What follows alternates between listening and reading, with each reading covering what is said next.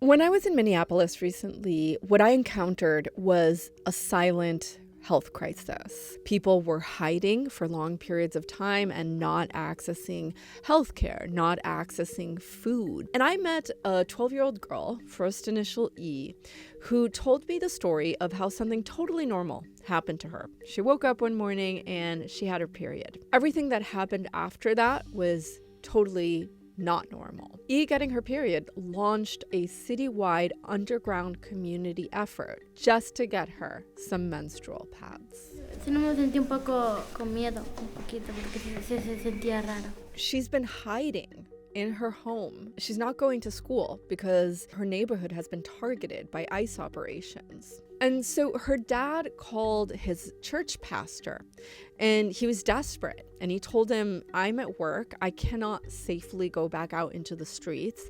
My daughter just got her period and she needs help. So the church pastor called a community organizer from the church, Lizette, and he told her the situation. Lizette is also an immigrant and she was also really scared to go out into the streets of Minneapolis. So she calls someone else from the church, Aid. And Aid is also an immigrant and she's pretty nervous about going outside. But Aid has a daughter, Fanny, and Fanny's a US citizen who is also nervous about going outside because she's a Latina woman and it doesn't feel safe to go outside even if she is a citizen. They talk it over and they decide we're going to drive to E's house with some menstrual pads. And they rely a lot on this volunteer network that has been on the streets of Minneapolis since this began, who are standing watch for ICE agents and ringing the alarms if there is a raid or an operation. And so they drive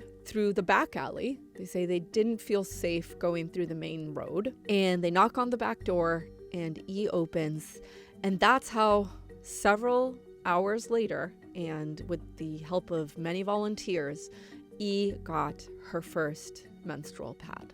I think what's extraordinary about E's story is that it shows you the level of disruption of everyday life amongst immigrants and people of color in Minneapolis. And also, the Trump administration announced that it's going to be winding down its surge in Minneapolis. But for someone like E, a 12-year-old who has been hiding now in a safe house, staying out of school, experiencing this level of sheer terror, that is going to have long-lasting consequences.